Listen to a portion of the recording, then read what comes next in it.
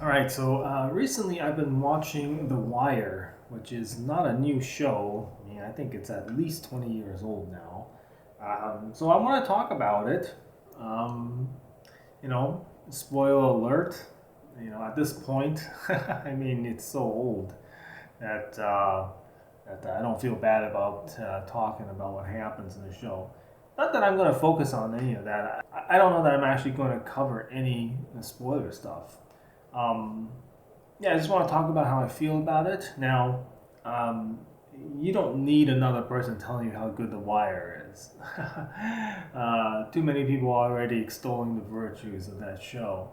Um, so I'll keep that part brief. It's, if you can't tell, a very, very good show. It's a very good show because there's a very gritty realism about the whole thing. And it takes place in the city of Baltimore, and like other very good shows, the setting itself is the most interesting and rich character in the show.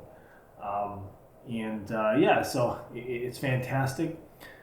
Um, for those who don't know, there are 5 seasons to it, and I've only watched the first 3 seasons. And each season has a different focus.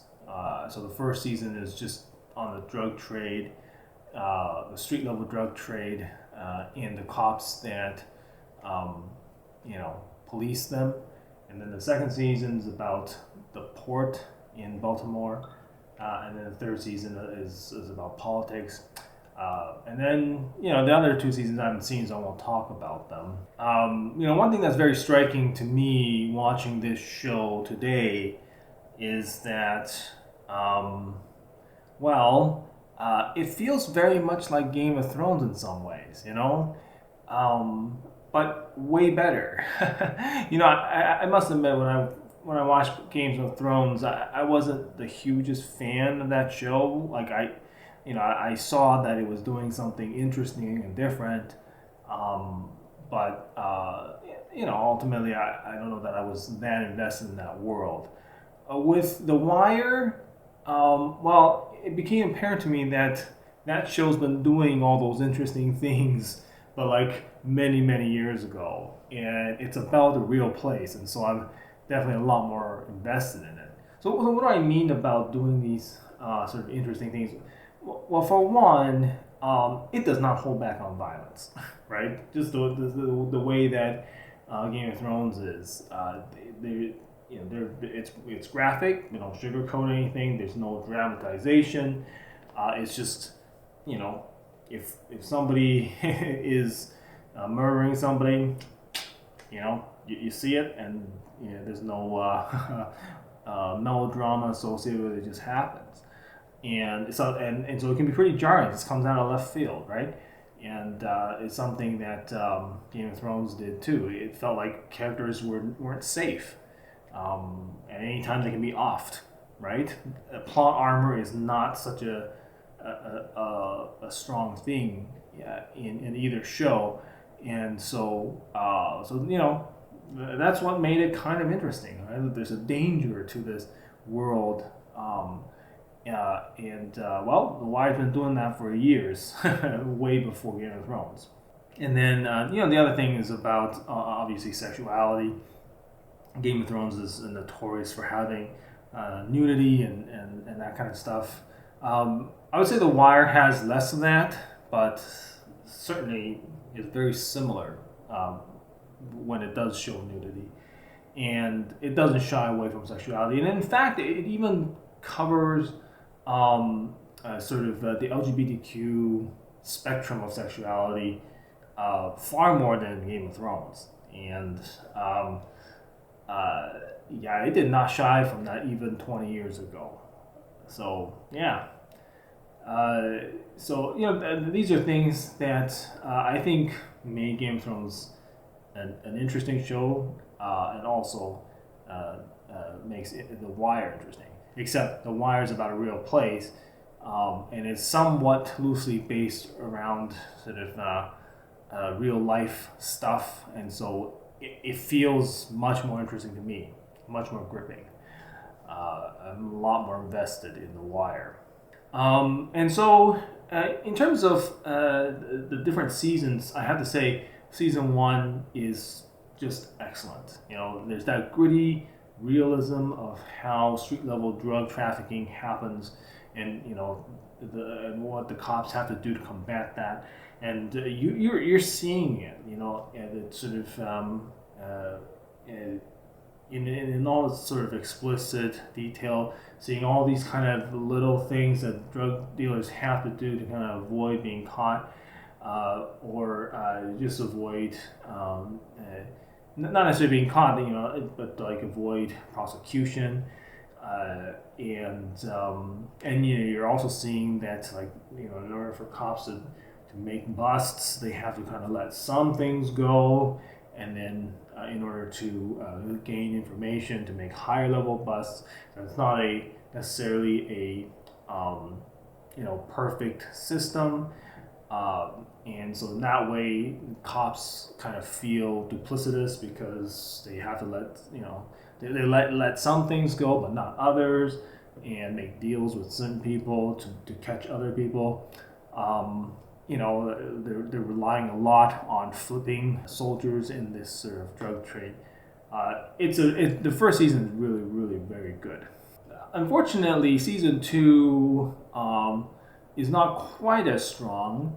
It is still very good, and it is the setting is the ports of Baltimore, which is actually extremely interesting, right? Because I find shows that allow us to have a view into a world we don't know anything about to be some of the most interesting, right? So very few of us have that kind of in-depth knowledge of the drug trade. And so season one was very interesting. And number two, how shipping happens, and what happens at ports. Very few of us have any idea what's going on there, right? And so that's also what makes it incredibly interesting, even more interesting, in fact, than even season one. So much stuff comes through ports, so that there's so much money tied to that whole industry, shipping and ports. And so obviously there's going to be a lot of criminal organizations trying to gain access to it, because it's how drugs get into the country, right? And that's incredibly interesting. And because The Wire is in some way related to, or largely about drugs, you do kind of have to follow that up to how they're getting into the country, right? But of course, if you're dealing with ports, there's that whole other aspect that come with it. Another sort of vice, and that's human trafficking, right? And so season two delves a little bit into human trafficking, which again makes it just a very interesting season. I love that there are characters that are not all good and not all bad, and the Frank Sabatka is one of my favorite characters in all of The Wire, for that reason. So it's very good. But the reason why I say it's not quite as strong is because the ending of that season felt very rushed. When the busts are coming, and they catch the Ukrainian, like that guy flips very quickly, and I can't understand why he starts volunteering that much information. Like, I get that, the police basically got him, right? They have footage of him and everything, and then it's a surefire case against him. But why did he suddenly start to sing, and spill all the beans?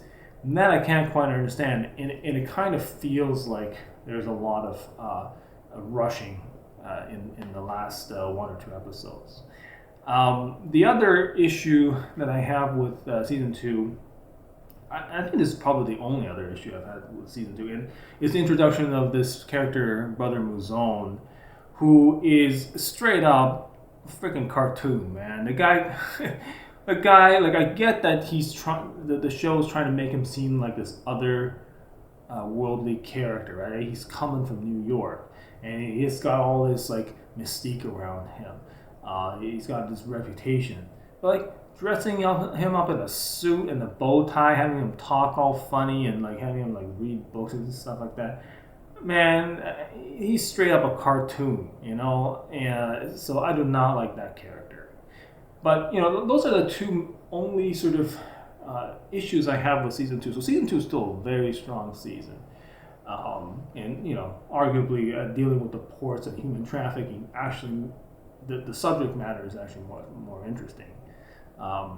Just to go back on that point, like shows that give you a glimpse into worlds that you haven't seen before. Another perfect example of that is like Orange is the New Black, right? That's a glimpse into a female penitentiary, which is something that none of us have any sort of experience with, right? Like we know all of us have an idea what jails are like, but it's almost always male jails, and so you have this sort of sense of what goes on in a jail. But then like a female prison is like a whole different beast, and so that's what made that show very interesting for me. At least at the beginning. I know that it kind of went off the rails towards the end, but like I had to throw that in there because in that way it does kind of make me remind me of Orange is the New Black. So yeah, and then I just finished season 3. So season 3 is weaker still, and that's because this focus of season 3 is on politics, and the world of drug trafficking in season 1. Few of us have a good idea of what happens there. Season 2, the ports, again, few of us have any idea what happens there. But like with politics, I think like most of us can kind of imagine what happens in politics and the corruption that takes place there. And so I find the subject matter for season 3 to be far less interesting. And then Brother Muzone is a recurrent character here in season 3, and you know how I feel about that guy. He's a cartoon, and he does not get any better. And then we see him do things with Omar that like feels very unearned. Like that story arc. It was too fast, man. The other issue I have with that season, there are far more issues with season 3 than the other seasons. The other issue that I have with season 3 is that it makes the world of Baltimore feel small, right? Something that the first season did very well was making it apparent that Baltimore is a city. And a city with many people, and if you lose eyes on somebody, you do not know where he is, and in that way it feels very realistic, right? Like the target in season 1 for the cops was this guy Avon Barksdale, and they go a long time without even knowing what he looks like, right? And they barely ever get a peek at him, right? And let alone hear him on the wiretaps. And so it's this very real sense that like if you lose somebody in the city, like you can lose them, like you just don't know where they are.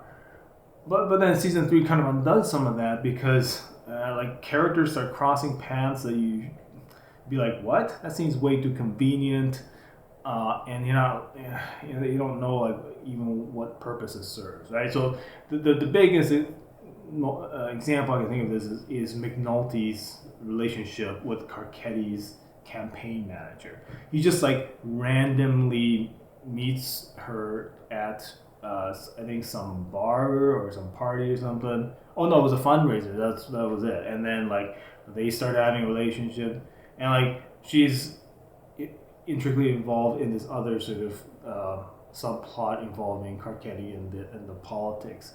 It's like, really? Of all the people that McNulty could run into and have a fling with, it's this other important character. So in that way, it shrinks the world and makes it feel small. And I think that season 3 is it makes The Wire a little bit worse in that respect. So Anyway, overall though, the show is still very very good. There are like things happening constantly. You know, things are moving, and you know, Baltimore as a whole, as a character and setting, is incredibly interesting, and the characters are also all very very good. It's not.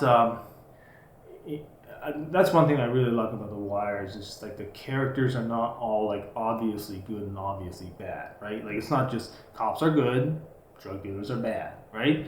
Like it's obvious, yeah, sure. We all understand that cops want to do the right thing and they exist to do the right thing, but like you see that the methods that they have to go through to accomplish what they do um, is oftentimes duplicitous and not you know, they have to ignore certain crimes to be able to make other busts or make other cases, and you see that how that's somewhat it's some of it's a process that has, you know, questionable morality uh, tied to it too, right? Um, they once in a while inject some sort of like character flaws, like a number of characters they have extramarital affairs.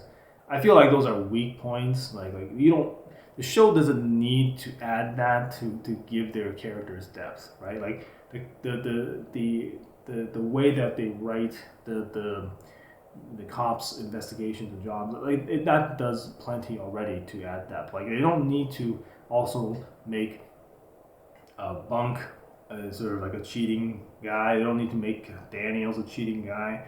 They don't need to make um, like even Lester Freeman. I don't know that he cheated on his wife or if he had a wife, but like he started having a relationship with a witness. And like he didn't. The show didn't really need to add any of that to give complexity to their characters, but it did, right?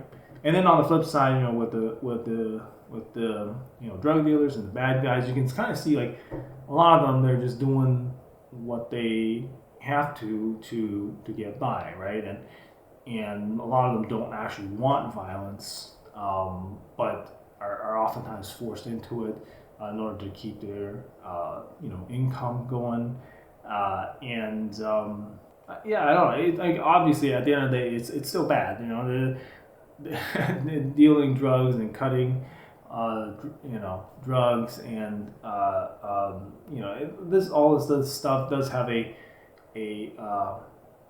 negative effect on society, but like they also have some standards too. You know, they tend not to involve citizens, you know, working the working man, you know, in their sort of drug wars and things like that. It's just the players within the game. Right? They try and keep things within the players inside this that are playing the game. So there's that.